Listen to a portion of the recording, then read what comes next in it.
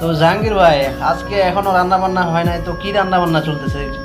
আজকে ভাই আইটেম অনেক, আজকে 3-4 পদের আইটেম, এই জন্য একটু রান্নাতে সবাই লেগে গেছে।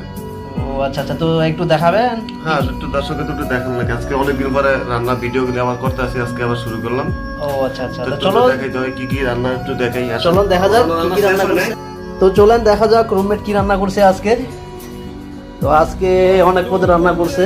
কি কি তো জাহাঙ্গীর ভাই দেখাও কি কি রান্না করছো আজকে রান্না আইটেম যে পাতাকপি ভাজি। কোনটা? এটা পাতাকপি ভাজি, পাতাকপির ভাজি, আর রুই মাছ দিয়ে টমেটো দিয়ে রান্না করলাম। রুই মাছ দিয়ে টমেটো। হ্যাঁ, এটা গুনা করে নিলাম। মাশাআল্লাহ, কালার তো খুব সুন্দর হয়েছে। আর এই যে ডাল রান্না করলাম। এটা কি ডাল ভুনা? ডাল গুনা। ও আচ্ছা আচ্ছা, তারপর গুনা অবশ্য পাতলা একটু ঘন করে আনছিলাম। আচ্ছা, আর আচ্ছা। সাথে আছে ধনিয়া পাতা ভর্তা, অনেকের প্রিয় পছন্দের খাবার। ওরে খোদা, ধনিয়া পাতার ভর্তা! এ তো ছেলেরা ওইভাবে ভর্তা বানাইতে পারে না। হ্যাঁ, না, তুমি তো কামাল করে দিয়া। হ্যাঁ, না আমরা মাঝে মাঝে বানাই অবশ্য।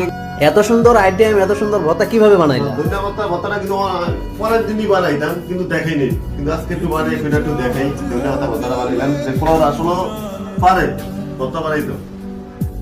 তো মাশাআল্লাহ, আজকে আমাদের আইটেমের মেনুগুলো তো দেখাইলাম। তো কেমন হয়েছে অবশ্যই আপনারা কমেন্ট করে বলে যাবেন যে রান্নাগুলো কেমন হয়েছে। আর আমরা তো ব্যাচেলার থাকি প্রায় আজকে 4 বছর ধরে, সবাই একসাথেই থাকি। তো সকলে আমাদের জন্য বেশি বেশি করে দোয়া করবেন। সকলে ভালো থাকবেন ইনশাআল্লাহ।